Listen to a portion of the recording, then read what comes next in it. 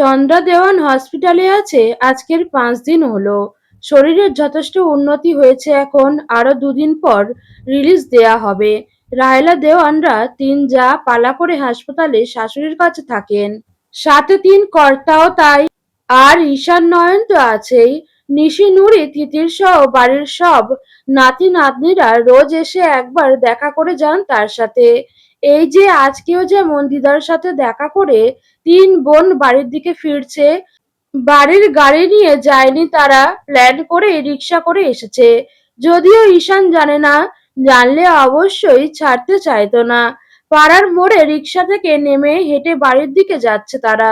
আশেপাশে সারি সারি ধানক্ষেত, পুকুর। এদিকটায় ঘরবাড়ি নেই বললেই চলে। সামনেই রহমত চাচার চায়ের দোকান। তাকাতেই চোখে পড়ল নিয়াজ আর নাইম বসে আছে।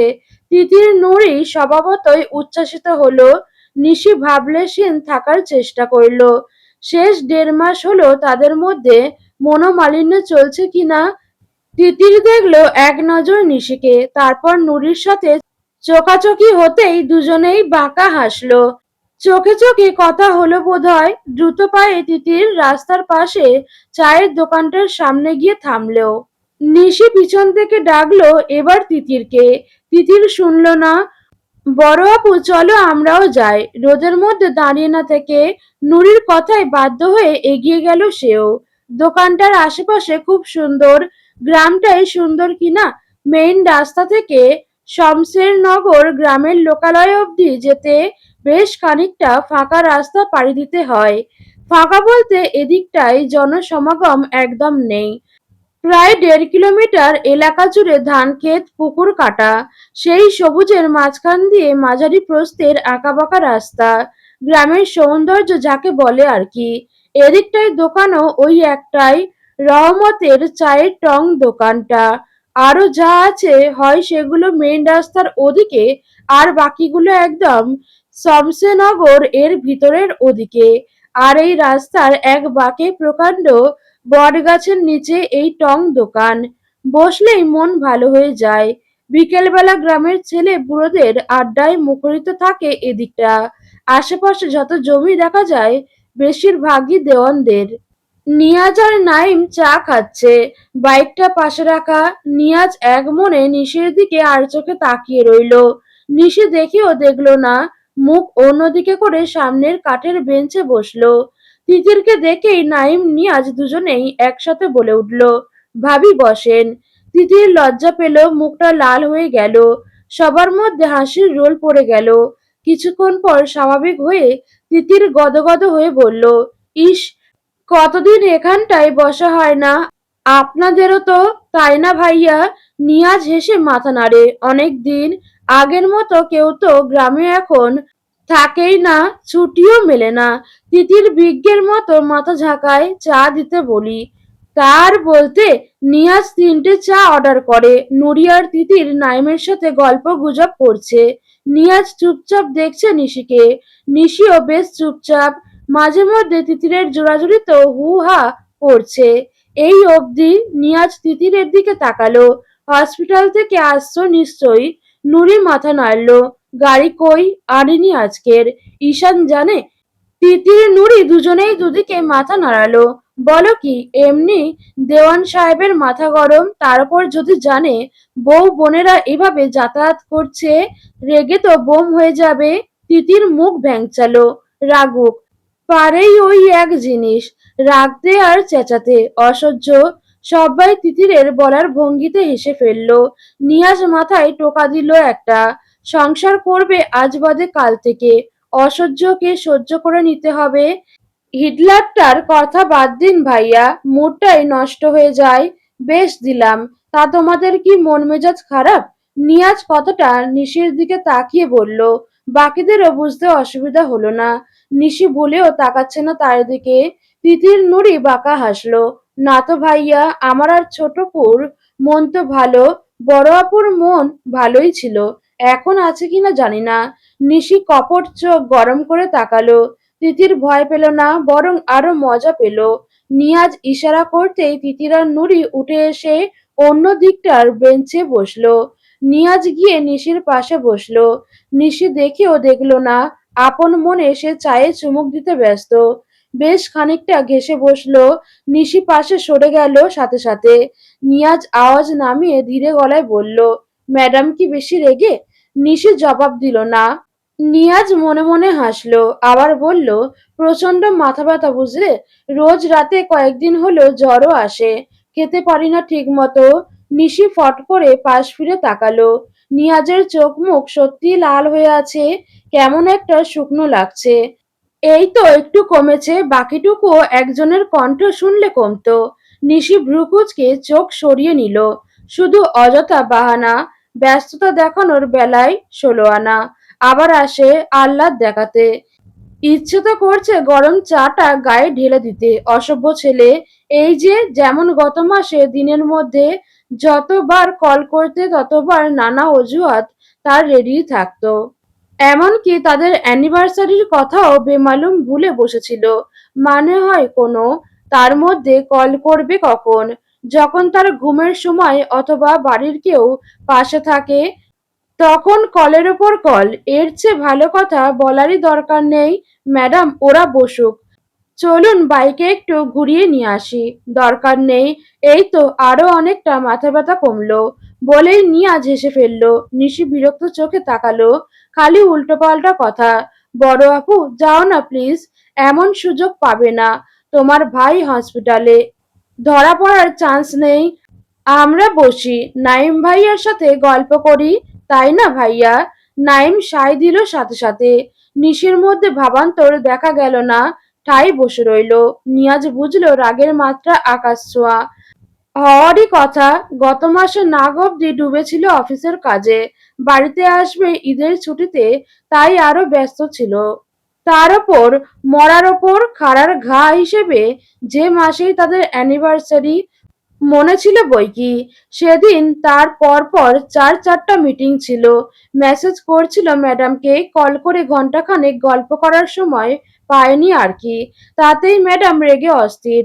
সারা মাস ছাড় দিলেও সেদিন এর রাগ আর কমল না। উল্টো সম্পর্কের প্রথম দিন থেকে শেষ দিন অবধি যত ভুল করেছে সেগুলোর লিস্ট ধরিয়ে দিল। রাতে কত কল করলো আর মহারানী কল ধরলো না, তাই তো আরো বাধ্য হয়ে আগে আগে ছুটি নিয়ে চলে এসেছে। কি লাভ হলো তাতে? বাড়িতে এসেছে ১৫ দিন, একদিনও তার দেখা সাক্ষাৎ পাওয়া যায় না, ধরাই দেয় না। ওদিকটার বসা তিতিররা তিনজন আর চোখে দেখছে প্রেমিক যুগলের মান অভিমান পর্ব। মুচকি মুচকি হাসছে তারা। নিয়াজ উপায় না পেয়ে আলগোছে পকেট থেকে সিগারেট বের করলো। এটা মোক্ষম ওষুধ। নিশি সিগারেট খাওয়া একেবারে সহ্য করতে পারে না। উঠে গিয়ে আগুন ধরালো দোকানের দিকে। নিশির পাশে এসে বসতেই সিগারেটের গন্ধে চোখ মুখ কুঁচকে তপ্ত চোখে তাকালো নিয়াজের দিকে। নিয়াজ এবার তাকালো না, মন দিয়ে সিগারেট টানছে। সর্বনাশ, ব্যাটা এবার গেছে। নাইমের কথায় সম্মতি জানিয়ে হতাশ ভঙ্গিতে ওপর নিচ মাথা নাড়ালো তিতির আর নুরি। তাদের বলা শেষ হতে দেরি, তবে নিশির কাজের দেরি নয়। ফট করে নিয়াজ বুঝে ওঠার আগেই আধা কাপ গরম চা নিশি ঢেলে দিল নিয়াজের পায়ের ওপর। ফলস্বরূপ নিয়াজের অফ হোয়াইট কালার প্যান্ট সাথে সাথে দাগ হয়ে গেল। হুট করে সবাই হতচকিত হয়ে গেছে। তিতির দু হাতে মুখ চেপে ধরেছে। নাইম ফিক করে হেসে ফেলল। নিয়াজ মৃদু আর্তনাদ করে উঠে দাঁড়িয়েছে। অসহায় দৃষ্টিতে দেখলো নিশিকে। যেন কিছুই করেনি মেয়েটা, হাতের ওটা ফেলো। সেটা তো বললেই হতো গরম চা ছুটতে হবে, আর একটু ওপর নিচ হলো তো আমার ভবিষ্যৎ পুড়ে যেত। সিগারেট না ফেললে পুড়িয়েই ফেলবো। নিয়াজ হাতের সিগারেটটা ছুঁড়ে ফেললো। মিটিমিটি হেসে একদম গা ঘেঁষে বসলো নিশির কানের কাছে, ঠোঁট নিয়ে ধীর গলায় বলল, লস কার? আপনারই তো। নিশি সজোরে কিল বসালো নিয়াজের পায়ের উরুতে। অসভ্য নির্লজ্জ, আমি ভাইয়াকে বলে দেব আপনি আমাকে বিরক্ত করেন। নিয়াজের চোয়াল ঝুলে পড়ল। এ মেয়ে বলে কি এতদিনে? বলো কি আমি বিরক্ত করি? হ্যাঁ করেনি তো। নিয়াজ হতাশ চোখে তিতিরের দিকে তাকালো। ওরা হেসে গড়িয়ে পড়ছে। হাসো হাসো, হাসবেই তো। অত্যাচারিতদের নিয়ে সবাই মজা নেয়। এই যে তোমাদের বড় বোন যে কথাটা বলল, এখন এটা যদি তোমার হবু পতিদেবতার কানে যায় না, আমাকে ওই শমশেরনগর জংশনে ডাউন ট্রেনের নিচে ফেলে মারবে। তিতির হেসে কুল পাচ্ছে না, চোখ দিয়ে পানি গড়িয়ে পড়ছে এক একজনের। কোনো মতে হাসি থামিয়ে বলল, বিরক্ত যখন করছেন ওটা তো আপনার প্রাপ্ত হবু মৃত দুলাভাই। নিয়াজ কপাল চাপড়ালো। শালিকাগুলো বোনের পক্ষে কি আর বলবে এখন। তোমার তো এই বোন নিয়াজ ভাই। নিয়াজ ভাই করে হেদিয়ে মারতো জানো, চিঠি লিখতো। তখন ওর বয়স কত জানো? সবে 15। তোমাদের বাড়ি যেতে ভয় পেতাম আমি ওর জন্য। ঈশানটা একবার জানলে আমাকে। হাত দিয়ে গলায় পোজ দেওয়ার ভঙ্গি করল নিয়াজ। প্রথমে ভাবতাম ছোট মানুষ, না বুঝে পরে দেখলাম মেয়ে মহা পাকনা, পিছুই ছাড়ে না আর কি। ফেঁসে গেলাম আমিও। নিশি মুখ বাঁকালো, মোটেই না, এগুলো আপনিই করতেন। নিয়াজ সহ সবাই উচ্চস্বরে হেসে ফেলল। নিয়াজ আলতো হাতে পিছন দিকে জড়িয়ে ধরল নিশির বাহু। নিশি ছাড়াতে চাইলো, নিয়াজ ছাড়ল না। সরি আমার ময়নার মা, আর কখনো ব্যস্ততা দেখাবো না। তুমি বলো তো চাকরি ছেড়ে এসে জমিতে হাল বই, ধানের জমিতে চাষে-বাসে মন দিব, পুরো দস্তুর কৃষক হব, তোমার চোখের সামনে থাকবো লুঙ্গি পরে, মাথায় গামছা বেঁধে জমিতে কাজ করব। তুমি দুপুরবেলা খাবার আনবে, শাড়ির আঁচলে ঘাম মুছে বাতাস করবে, আমি এই বটতলায় পাটি পেরে খাবার খাবো। কৃষক কৃষাণীর সুখের সংসার, 2-4টা ছেলেপুলে হবে, 2-1 বছর ঘুরলে চলবে, রাজি? নিশি এবার হেসে ফেলল, আবার থাপ্পড় দিল নিয়াজের উরুতে। রাগ ভেঙেছে বুঝতে পেরে হেসে কাছে টেনে টুক করে চুমু খেলো নিশির মাথায়। ও, আমরা কিছু দেখিনি। তিতির নাইম নুরি তিনজনেই চিৎকার করে চোখ চেপে ধরেছে। রাস্তার ধারে বসে কি ধরনের অসভ্যতামি। সরো, বাড়ি যাব। রাস্তায় ভর দুপুরে মানুষ আছে নাকি? কে দেখবে? আর দেখলে দেখুক, আমি কি দেওয়ানদের ভয় পাই নাকি? ঈশানকে বলবো তোর বোনটা না দিলে তোদের দেওয়ান বাড়ির খেতায় আগুন। তখন না দিয়ে যাবে কোথায়? ঈশানটা আবার আমার খুব মান্য করে কিনা, তাই নাকি? ভাইয়ার সামনে পারবে বলতে? আলবাত। কি বলবি আবার বলতো? নাইমের কথায় নিয়াজ একই ভঙ্গিতে বলার জন্য ঘুরল নাইমের দিকে। নাইমের হাতে ফোন, তাদের দিকে তাক করা, ভিডিও অন করা। শালা হারামজাদা, সর্বনাশ করবি নাকি? আমার বউটা বিধবা হবে রে হারামজাদা। ডিলেট কর। নিয়াজ এক প্রকার ছুটে গেল নাইমের কাছে। নাইম ততক্ষণে ভিডিওটা করে ফোনটা পকেটে পুরে ফেলেছে। নিশি শব্দ করে হাসছে। ঈশানকে দেখবো না যা। তবে বেশি এদিক সেদিক করলে দেখাতেও পারি। শালা বেঈমান, আমারও দিন আসবে। আড্ডা শেষে ততক্ষণ উঠে পড়েছে সবাই। নিয়াজের দিকে তাকিয়ে বলল, এখন উঠি, তোমরা হসপিটালে যাবে তো? নিয়াজ মাথা ঝাঁকালো, যাও তবে, তোমার ভাইয়ার কান অবধি চলে যাবে এতক্ষণ এখানে বসে থাকলে। নাইম নিয়াজ বাইকে গিয়ে বসলো। বিদায় জানিয়ে চলে গেল মেইন রাস্তার দিকে। তিন বোন বাড়ির রাস্তা ধরলো। দুপুর 2:30, বাইরে কটকটে রোদ উঠেছে। বেশ গরম পড়ে গেছে এরই মধ্যে। নয়ন সবেই বাইরে থেকে এসে ফ্রেশ হয়ে বিছানায় বসেছে। দরজা ঠেলে ভেতরে ঢুকলেন রিক্তা দেওয়ান। মাকে দেখে হাসলো নয়ন, এসো মা। রিক্তা দেওয়ানের মুখ মলিন, ছেলের হাত থেকে তোয়ালেটা নিজের হাতে নিল, আলতো হাতে মুছে দিল ভেজা চুল। তোর দিদা আর ঈশানের কি নিয়ে ঝামেলা হয়েছিল জানিস? নয়ন আগ্রহ মুখে তাকালো। না, ওটাই তো জিজ্ঞেস করলাম সেদিন তোমাকে, তখন বললে পরে বলবে। রিক্তা দেওয়ান ছেলের মুখপানে তাকিয়ে রইলেন। কি করে বলবেন তিনি? ছেলে শুনে না জানি কি করে আবার। নরম গলায় বললেন, ঈশানের বিয়ে দিতে চাই তোর দিদা, আজই হয়তো ডেট ফিক্সড করবেন। এ সপ্তাহেই ঘরোয়াভাবে বিয়েটা হবে। নয়নের চোখ খুশিতে চকচক করে উঠল। বলো কি? জানিই তো না, এটাই ভাইয়া এত রিয়াক্ট করছো। রিক্তা মাথা দোলায়। তবে রাজি হয়েছে পরে, দেখলি তো? সেরহা মায়ের দিকে তাকায়। মা তার দিকে অসহায় চোখে তাকিয়ে, মেয়েকে জানতে চাইবি না? ও হো, দেখো, ভাইয়া বিয়ে করবে এটার খুশিতে ভুলেই গেছি পাত্রীকে। কে মা? ছবি আছে? রিক্তা দেওয়ান দম নিলেন, ধীর গলায় বলল, তিতির। নয়ন হতবাক হয়ে গেল। চোয়াল ঝুলে পড়েছে। তিতির বলে কি তার মা? তবে সাথে সাথেই মুখ খুশিতে ভরে উঠল, লাফিয়ে উঠল এক প্রকার। বলো কি মা? মাই গড, সত্যি আমাদের তিতির? আমাদের তিতিরের সাথে ভাইয়া? What a surprise! ছেলেকে রিক্তা দেওয়ান শোকে পাথর হয়ে যাবে এমন আশা করেছিলেন। ছেলের আনন্দ তার কাছে অবিশ্বাস্য ঠেকল। হাত টেনে ধরল ছেলের। তুই খুশি? কি যে বলো মা, আমার জন্য কত বড় সারপ্রাইজ জানো তুমি? গ্র্যান্ড পার্টি দিব আজ, দিদা ডেট ফিক্সড করলে। আমার আদরের ভাইয়ের সাথে আমার মনিটার বিয়ে বলে কথা। রিক্ত দেওয়ান হাঁপ ছেড়ে বাঁচলেন। নয়নটার মনে অন্য কিছু ছিল না। সে তিতিরকে বোনের নজরেই দেখেছে। আর তিনি না জানি কি ভেবে বসেছিলেন। ছি, যাক বাঁচলেন তিনি। দুশ্চিন্তা থেকে বুকের ওপর থেকে পাথর নেমে গেল যেন। ছেলের মাথায় হাত বোলালেন। একটু পর খেতে আয় তাহলে, আমি নিচে যাই কেমন? নয়ন মাথা নাড়ল। রিক্তা দেওয়ান বেরিয়ে গেলেন হাসতে হাসতে। নয়ন উঠে গিয়ে বিনা শব্দে দরজা আটকে দিল। মুখটা থেকে নিমিষে হাসি মুছে গেল। খবরটা সে জানে না, সত্যিই জানে না। অসহায় হাসল সে। খবরটা তো সে পরের দিনই জেনেছে, নুরির মুখে, নিয়াজ ভাইয়ের মুখে। তিতির রাজি সেটাও শুনেছে বড়মার মুখে। বেডসাইড টেবিলের ওপর রাখা মানিব্যাগটা খুলল। চোখের সামনে একটা ছবি আটকে রাখা। তিতির, লাল সাদা শাড়ি পরা, খোলা চুলে হাস্যোজ্জ্বল এক কিশোরী। তিতিরের তখন কত বয়স? 13 বোধহয়, প্রায় 7 বছর আগের। পয়লা বৈশাখে সেবার শাড়িটা নয়নই দিয়েছিল। ছবিটাও মেলায় নয়নেরই তোলা। হাত বোলালো ছবির ওপর। টুপ করে দুফোঁটা চোখের পানি পড়ল সেখানটায়। বুকের মধ্যে চেপে ধরল ছবিখানা। বুকটা ক্ষতবিক্ষত হয়ে যাচ্ছে, পুড়ে যাচ্ছে একদম। কিন্তু সে পুড়তে দেবে? নিজেকেই পুড়তে দেবে। তার মুখ খোলায় এই সংসারটা পুড়ে ছারখার হবে। ভাইয়ের হবু বউকে আরেক ভাই ভালোবাসে। এক বাড়িতে থেকে আজীবন এই কালির দাগ বয়ে বেড়াতে হবে তিতিরকে। দাগ লাগলে মেয়েদেরই তো লাগে। সে পুরুষ মানুষ, আজ বাদে কাল জোর করে হলেও তার জন্য বউ আনবে। তার কথা সবাই ভুলে যাবে, কিন্তু তিতির, ওকে সবসময় কথা শুনতে হবে। না শুনলেও ঈশান ভাই কি সেটা ভালো চোখে দেখবে? অনেক বুঝিয়েছে এ কয়দিন নিজেকে, অনেক। দিদা চেয়েছেন ঈশান ভাইয়ের সাথে তিতিরকে।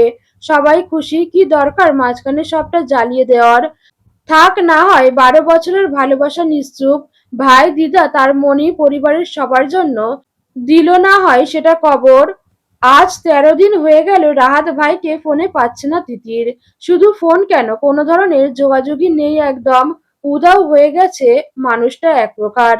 ঈশানের সাথে বিয়ের কথা বলার পর থেকেই মনটা খুঁতখুঁত করছে তার। ভালো না বাসুক রাহাত ভাইকে, সে তো কথা দিয়ে এসেছিল অপেক্ষা করবে তার প্রস্তাবের। সবটা কেমন গুলিয়ে গেল একদম। এখন এমন একটা অবস্থা, মানা করতে পারবে না বিয়েতে। দিদার শরীরের কথা ভেবে হলেও বিয়েটা করতেই হতো। কিন্তু রাহাত ভাই, তাকে দেওয়া কথা, একটাবার যোগাযোগ করতে পারলে কথা রাখার জন্য হলেও রাহাত ভাইকে সুযোগ দিত। যদি সব শোনার পরও রাহাত ভাই তাকে চাইতো, বলতে না হয় বাড়ি এসে কথা বলতে। তারপর পরিবার যা সিদ্ধান্ত নিত মেনে নিত সে। কিচ্ছু ঠিক হচ্ছে না এখন। যতই সে ঈশানের ওপর উইক থাকুক, এই একপাক্ষিক দুর্বলতাকে প্রশ্রয় দিয়ে যে তাকে ভালোবাসা এতক্ষণ আগলে রেখেছে, সেই মানুষটাই তাকে কখনো এভাবে। কিন্তু দিদা যতই মুখে বলুক ঈশানের খারাপ ব্যবহার, এর থেকে উনি বেশি কষ্ট পেতেন যদি তিতির বিয়েতে না করতো। কি করতো সে রাজি না হয়ে? আর এই সময় রাহাত ভাই মানুষটার নাগাল পাওয়া যাচ্ছে না। ঈশানকে জানাবে কথাটা, কি ভাববে আবার? যা ভাবার ভাবুক। মনে মনে ঈশানকে কথাটা জানাবে ঠিক করে ঘর থেকে বের হলো সে। ঈশানের দরজাটা আটকানো, হালকা হাতে নক করলো। খোলা আছে। তিতির ইতস্তত করে দরজা ঠেলে ঢুকলো। ঈশান কাগজপত্র দেখছে কিছু। মাথা তুলে তাকাতেই তিতিরকে দেখে থমকে গেল। এ সময় ওকে আশা করেনি। বোঝা গেল কাগজপত্র সরিয়ে রেখে গম্ভীর গলায় বললেন, কি দরকার? কথা আছে কিছু, বল। আমতা আমতা করলো তিতির। এগিয়ে গিয়ে সামনে দাঁড়ালো। আপনি বিয়েতে রাজি ঈশান ভাই? ঈশান মুখ তুলল, স্থির দৃষ্টি রাখলো তার ওপর। তুই রাজি? রাজি ছিলাম না, এখন রাজি। এখন রাজি কেন? নানুর জন্য। তাছাড়া না। মাথা নামিয়ে ফেললো তিতির। মৃদু গলায় বলল, আমি একজনকে কথা দিয়েছিলাম ঈশান ভাই। বলেছিলাম অপেক্ষা করব তার জন্য। ঈশানের হাতের মুঠো শক্ত হয়ে এলো। রাগ সংযত করে বলল, তো যাচ্ছিস না কেন তার কাছে? তার সাথে যোগাযোগ করতে পারছি না। পারলে যেতি। তিতির কি জবাব দেবে? কথার খেলাপ করতে চায়নি সে। বেইমানের খাতায় নাম উঠুক এটা কিভাবে চায় সে? যতই ঈশানের প্রতি তার অনুভূতি থাকুক, মিনমিনে গলায় বলল, কথা দিয়েছিলাম তাকে। ঈশান আরো গম্ভীর গলায় শুধালো, ভালোবাসিস তাকে? না বোধহয়। তবে এক সমান সম্মান আছে। সেরকম কোনো সম্পর্ক আমাদের ছিল না। আমার অসম্মান হবে এমন কোনো সম্পর্কে উনি কখনো জড়াতে চায়নি। সম্মান দিয়ে ঘরে নিতে চেয়েছিলেন। ঈশানের মাথা দপদপ করছে রাগে। কেন সে নিজেও বুঝতে পারছে না, ব্যঙ্গ করে বলল, তা কোথায় তোর সেই শুদ্ধ প্রেমিক যে কিনা এখন পালিয়েছে? ওভাবে বলছেন কেন? নিশ্চয়ই কোনো সমস্যা হয়েছে। খানিকটা থামলো, মাথা নিচু করে ফেললো। ঈশান ভাই, সত্যি বলবো, আমি আপনাকে বিয়ে করতে চাই। কেন চাই সেটা জানি না। মনকে জিজ্ঞেস করে উত্তর পায়নি। শুধু নানু আপুর জন্য বোধহয় নয়, আমিও চাই কোথাও একটা। কিন্তু রাহাত ভাই ওনাকে তখন বলেছিলাম, কথার খেলাপ করতে চাই না আমি। উনি পাগল হয়ে যাবে। শেষ একবার অন্তত ওনাকে জানাতে চাই, মতামতটা জানাতে চাই। ঈশান শুনল সবটা, বাঁকা হাসলো। আজ বাদে কাল বিয়ে। সে মেয়ে তার পুরানো প্রেমিকের কাহিনী শোনাচ্ছে। সাহস কত বড় ভাবা যায়? পাগলের মতো ভালোবাসে ওকে। হাহ, এ দুনিয়াতে কিছু জিনিস আছে জানিস তো, যেগুলো সবেতে মিশে যায়। খুব সহজেই তাদের জন্ম হয়েছে সবকিছুর সাথে মিশে যাওয়ার জন্য। তাদের কোনো নিজস্বতা নেই। I hate so much those thing. আমাকে বোধহয় আপনি সেই ধরনের মধ্যে ফেলতে চাইছেন। বোধহয় নয়, সত্যি এটা। অপমানটা করার কারণ আছে সে বোধ নেই বুঝি? কতজনকে একসাথে নাকে দড়ি দিয়ে ঘোরাচ্ছিস? এসব কথা মানে বুঝতে পারছে না তিতির। তবে অপমান তার স্পষ্টতই গায়ে লাগছে। গলা কঠিন করে বলল, যদি বলি কাউকে না বিশ্বাস করবেন? ঈশান তাচ্ছিল্যের হাসি হাসলো। পা ভাঁজ করে বসলো বিছানায়। তোরা মেয়ে মানুষ অভিনয়ে সেরা। নিজেই মধু চাষ করিস, মৌমাছি কাছে রাখিস, আবার গুছিয়ে নাটকও করিস। তিতিরের মনে হচ্ছে এখন এর রুমে আসাই ভুল হয়েছে তার। ভালো বুঝে রাহাত ভাইয়ের কথা বলাটা তো আরো অন্যায় হয়েছে। বেশ তো করি না হয় এই সবই, তাতে আপনার সমস্যা কি? ঈশান অবাক হওয়ার মতন করে তাকালো। সমস্যা তো আমারই। যে জিনিস এ বাড়ির মানুষ আমার গলায় ঝোলাতে চাচ্ছে, সে জিনিস হাজার হাজার মৌমাছি বসে, বসতে চায়, ভবিষ্যতেও বসতে চাইবে। আমি তা মানব কেন? সেই মৌমাছির দলে নিজের নাম লেখাবো কেন? ইচ্ছে না হলে লেখাবেন না। জোর জবরদস্তি করা হচ্ছে না, চাইলেই ভেঙে দিতে পারেন। ঈশান হঠাৎই চোখ মুখ ভয়ানক কঠিন করে উঠে দাঁড়ালো। দু বাহু চেপে ধরল তিতিরের। ধাক্কা দিয়ে দেয়ালের সাথে লাগিয়ে চেপে ধরল। পিঠে আচমকা ধাক্কা লাগায় ব্যথায় গুঙিয়ে উঠল সে। তার ওপর শক্ত করে ঈশানের হাতের চাপ তো আছেই। চোখ ছলছল করে উঠল। তো যা, বিয়েটা তোর আমার সাথেই হবে। একটু আগে অব্দিও রাজি ছিলাম না, এখন রাজি। আমার নামেই কবুল পড়াবো তোকে। একা পড়তে ভালো লাগছে না। মা মানে মানে মানে কবুল পড়। তারপর বলবো, ঈশান আরশাদ দেওয়ান এর সামনে অন্য পুরুষের দাবি জানানোর উপহার আছে তোর জন্য। একরকম ধাক্কা দিয়ে সরিয়ে দিল তিতির ঈশানকে। ছুটে বেরিয়ে গেল ঘর থেকে। ঈশান চোখ মুখ শক্ত কঠিন করে তাকিয়ে রইল সেদিকে। চন্দ্রা দেওয়ানকে বাড়ি নিয়ে আসা হয়েছে আজকের বিকেলের দিকে। 7 দিন পর বাড়ি ফিরলেন তিনি। বাড়িতে সাজ সাজ রব। শান্তি ফিরেছে যেন বাড়িতে। গিন্নিরা রান্নাঘরে ব্যস্ত সময় পার করছেন। রাতে আজ অনেক দিন পর সবাই একসাথে খাওয়া দাওয়া করবেন। বাড়ির নাতি নাতনিরা সবাই চন্দ্রা দেওয়ানের ঘরে। ঈশান আর নয়ন বাদে। নয়ন ঘরে, ঈশান ফেরেনি বোধহয়। রাত 9:30। খাবার খেয়ে আবার সেদিনকার মতো বৃদ্ধার ঘরে ছোটখাটো আলোচনা সভা বসেছে। যা বলার চন্দ্রা দেওয়ানি বলবেন। যদিও বিয়ের ডেট নিয়ে কিছুক্ষণের মধ্যে নয়ন ঈশান এসেও ঢুকলো। নয়ন হাস্যোজ্জ্বলভাবে বসল বোনদের সাথে। ঈশান ঘরে ঢোকার সময় চোখাচোখি হলো তিতিরের সাথে। চোখ সরিয়ে নিয়ে এগিয়ে গিয়ে বসল বিছানার পাশে। দাদুভাই এসেছো? ঈশান হেসে হাত ধরল। এখন শরীর কেমন লাগছে? ভালো দাদুভাই। বলো, আমি তোমাকে জোর করেছি, তুমি চাইলে এখনো না করতে পারো। আমি নিজেকে বুঝিয়েছি কোনো জোর আমি করব না। এবার রাগ করে বলছি না। ঈশান দুদিকে মাথা নাড়ল, নরম গলায় বলল, জোর নয়, আমি রাজি। সেদিন হুট করে ওভাবে শুনে রেগে গেছিলাম। আমার অমত নেই। চন্দ্রা দেওয়ান খুব খুশি হলেন। তিতিরের দিকে তাকালো, তিতিরের মুখটা শুকনো। পুতুল। তিতিরও হাসার চেষ্টা করলো। আমি তো আগেই বলেছি নানু আপু, তোমার কথাই শেষ কথা আমার জন্য। বৃদ্ধার মুখে সন্তুষ্টতা ফুটে উঠল। বেশ, তাহলে আমার কথাটা বলি। পুতুলের এখন ছুটি। দেরি আমি করতে চাই না। আমার শরীরের যা অবস্থা, দূরে তারিখ ফেললে আবার আল্লাহ আমাকে না দূরে করে নেন ততদিনে। আহ, মা কি বলছে এসব? না বড় খোকা, বলতে দে।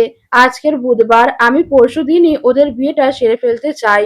সবাই চমকে তাকালো একে অপরের দিকে। কিন্তু মা, একদিনে কি হবে? কত আয়োজন এর ব্যাপার। সেটা ভেবেছিলাম বড় খোকা।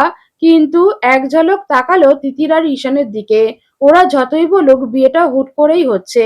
আমি চাই ঘরোয়া ভাবে বিয়েটা হোক। আমার শরীর ভালো না এখন, এত হইচই পোষাবে না। ওরা নিজেদের মানিয়ে নিক, তারপর না হয় ধুমধাম করে নয়ন আর ঈশানের বিয়েটা হবে আবার। কথাটা মন্দ নয়, সবারই মন মতো হলো। কাল বাদে পরশু শুক্রবার বিয়ের ডেট ফিক্সড করা হলো। ঘরোয়াভাবে হলেও ঘরের আয়োজন তো আছেই।